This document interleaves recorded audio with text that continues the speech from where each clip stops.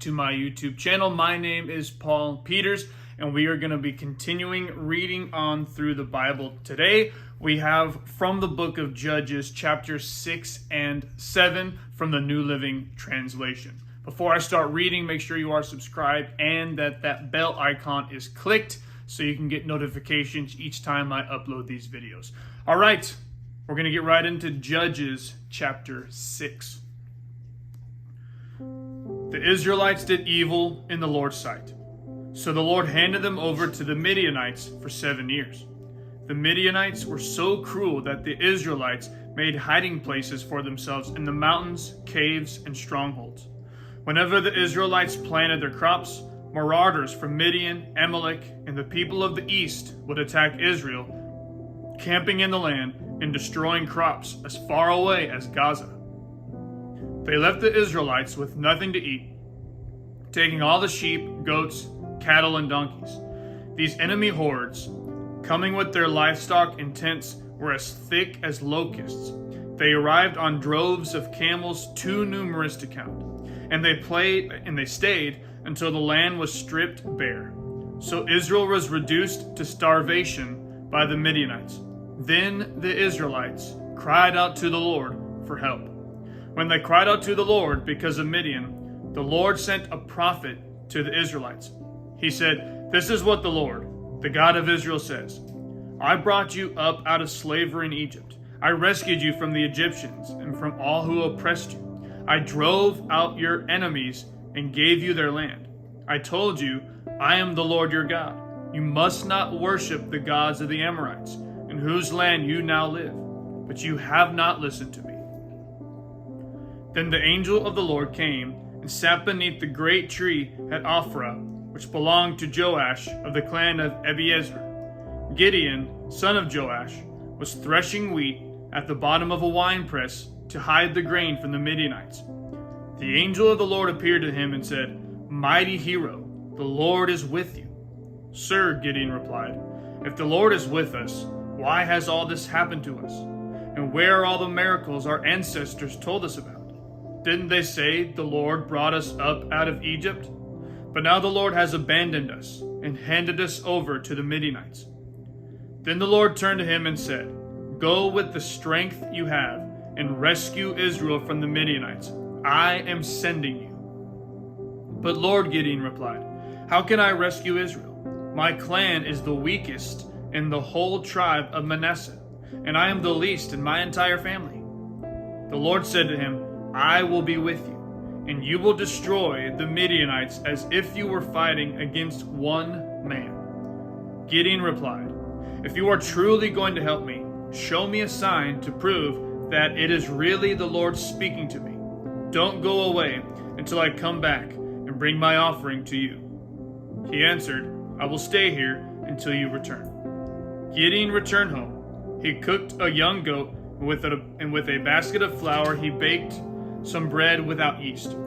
Then, carrying the meat in a basket and the broth in a pot, he brought them out and presented them to the angel who was under the great tree. The angel of God said to him, "Place the meat and the unleavened bread on this rock, and pour the broth over it." And Gideon did as he was told.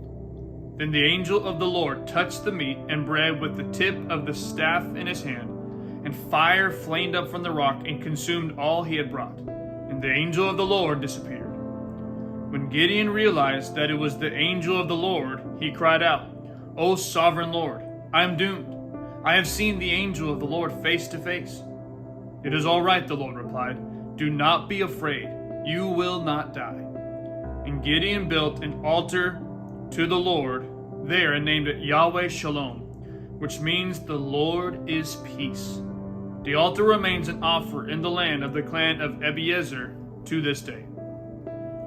That night the Lord said to Gideon, "Take the second bull from your father's herd, the one that is 7 years old. Pull down your father's altar to Baal and cut down the Asherah pole standing beside it. Then build an altar to the Lord your God here on this hilltop sanctuary, laying the stones carefully. Sacrifice the bull as a burnt offering on the altar, using as fuel the wood of the Asherah pole you cut down."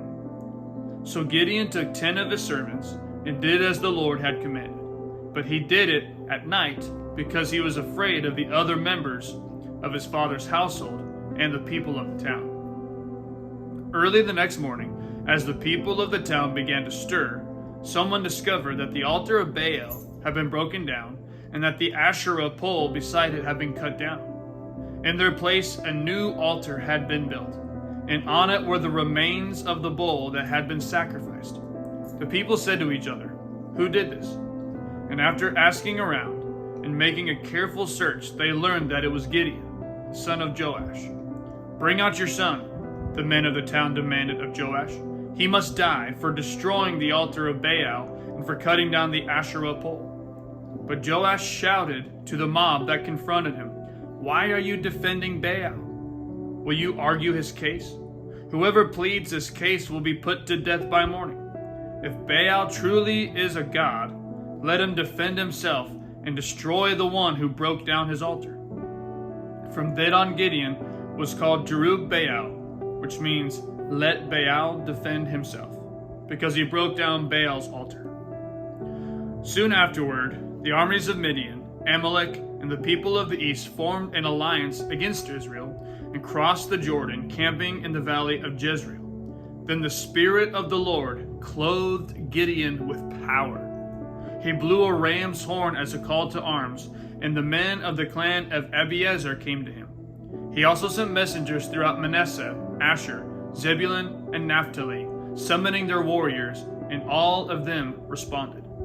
Then Gideon said to God, "If you are truly going to use me to rescue Israel as you promised, prove it to me in this way.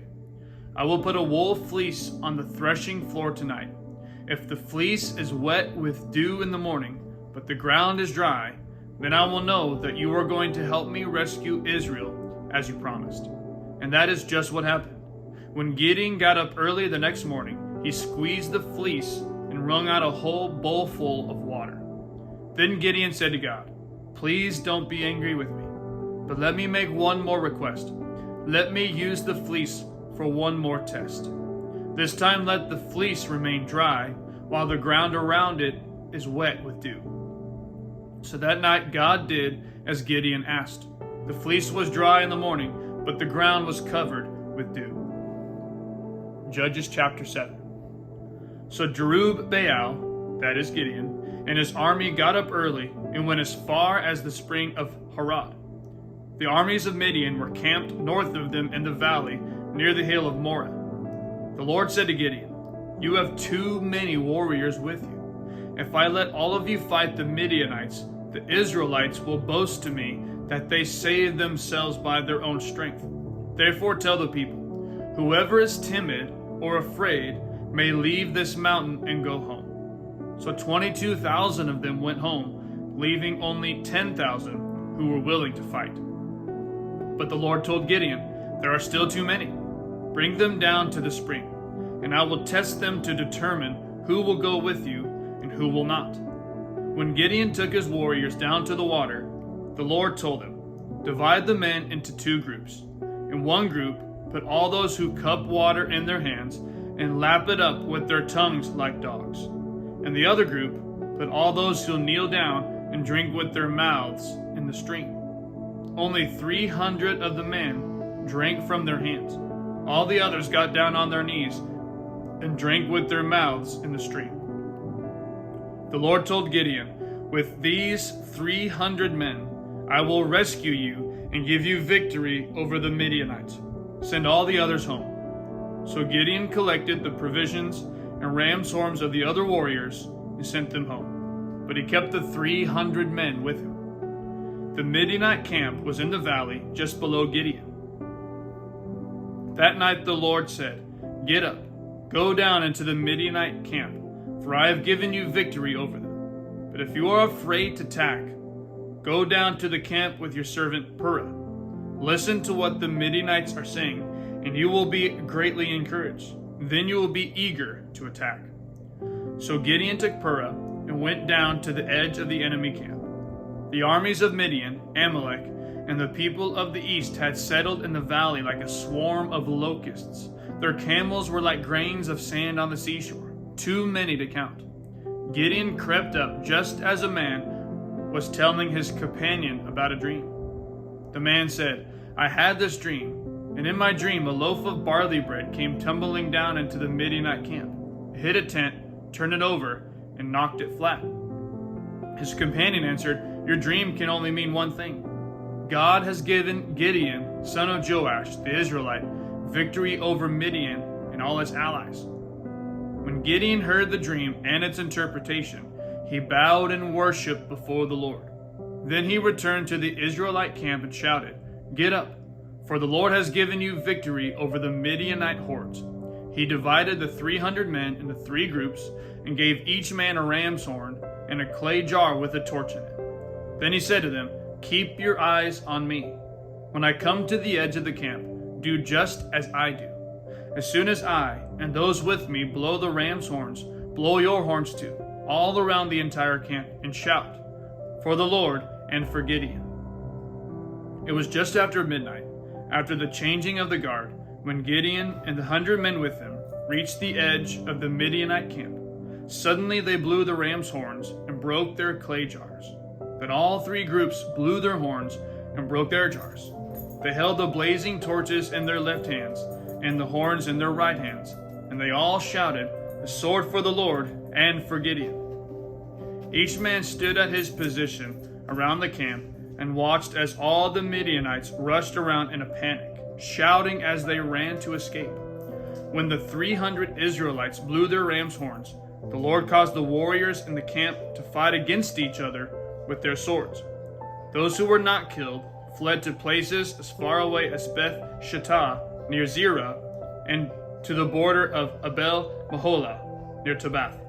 Then Gideon sent for the warriors of Naphtali, Asher, and Manasseh, who joined in chasing the army of Midian. Gideon also sent messengers throughout the hill country of Ephraim, saying, "Come down to attack the Midianites. Cut them off at the shallow crossings of the Jordan River at Beth Barah." So all the men of Ephraim did as they were told. They captured Oreb and Zeb, the 2 Midianite commanders, killing Oreb at the rock of Oreb and Zeb at the winepress of Zeb. And they continued to chase the Midianites. Afterward, the Israelites brought the heads of Oreb and Zeb to Gideon, who was by the Jordan River.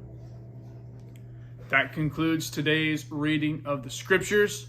Thank you once again for tuning in and following along with me on this journey. We'll see you tomorrow.